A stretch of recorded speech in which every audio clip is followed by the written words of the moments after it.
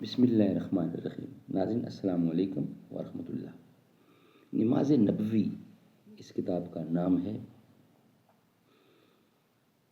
Episode number 13 اس کی 13ویں قسط ہے اور ویلاگ نمبر 78 یعنی 78 اور پیج ہے 167 اور مین سبجیکٹ ہے نماز با جماعت۔ اور آج زیر ڈسکس ہے امامت کا بیان۔ رسول اللہ صلی اللہ علیہ وسلم نے اس کے بارے میں کیا فرمایا وہ ہم آپ کے سامنے رکھیں گے آج کے اس ویلاگ میں۔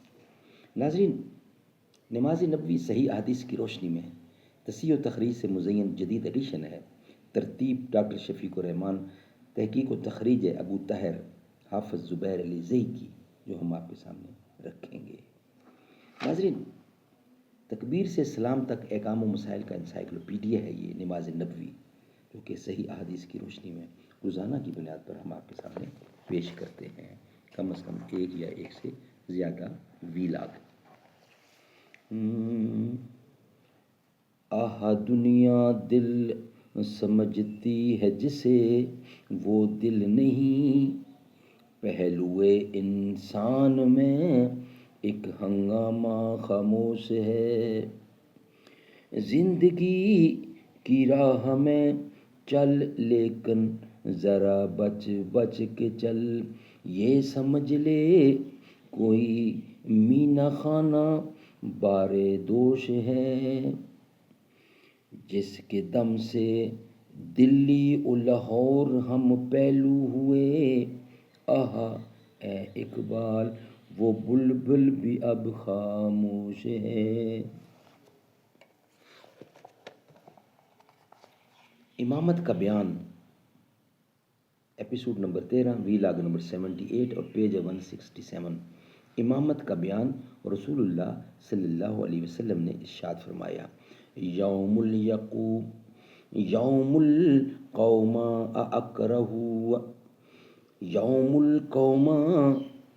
اقرؤہم لکتاب اللہ فإن کانوا فی القراءۃ سواء فأعلمہم بالسنۃ فإن کانوا فی السنۃ سواء فأقدمہم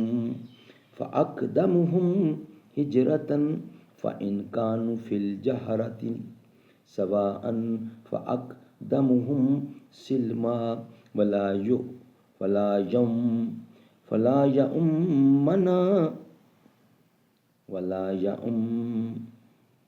یؤمن الرجل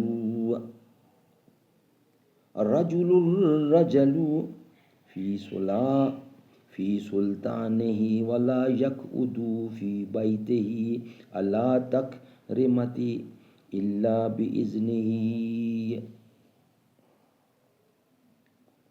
ترجمہ اس کا پیش کر رہا ہوں آپ کے سامنے۔ لوگوں کی امامت وہ کرائے جو ان میں سے سب سے زیادہ قرآن کو صحیح طریقے سے پڑھنے والا ہو۔ پھر اگر قرات میں سب برابر ہوں تو وہ امامت کرائے جو سنت کو سب سے زیادہ جاننے والا ہو، سب سے زیادہ احکام و مسائل کی حدیثیں جانتا ہو۔ اگر سنت کے علم میں بھی سب برابر ہوں تو پھر امامت وہ کرائے جس نے سب سے پہلے ہجرت کی ہو۔ اگر ہجرت میں بھی سب برابر ہوں تو پھر وہ امامت کرائے جو موجود نمازیوں میں سب سے پہلے مسلمان ہوا ہو، اور کوئی شخص کسی دوسرے شخص کے زیر اختیار جگہ پر امامت نہ کرائے،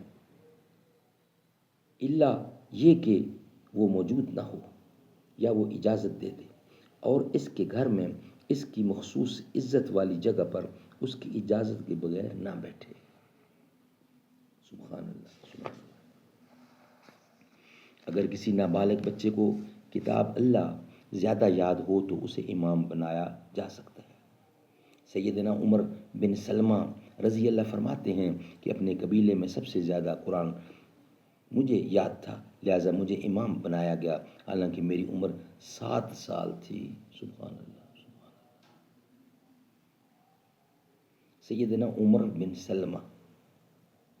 نابینا شخص کو امام بنانا جائز ہے، کیونکہ نبی اکرم صلی اللہ علیہ وسلم نے سیدنا عبداللہ بن ام مکتوم رضی اللہ کو امام مقرر کیا تھا، حالانکہ وہ نابینا تھے۔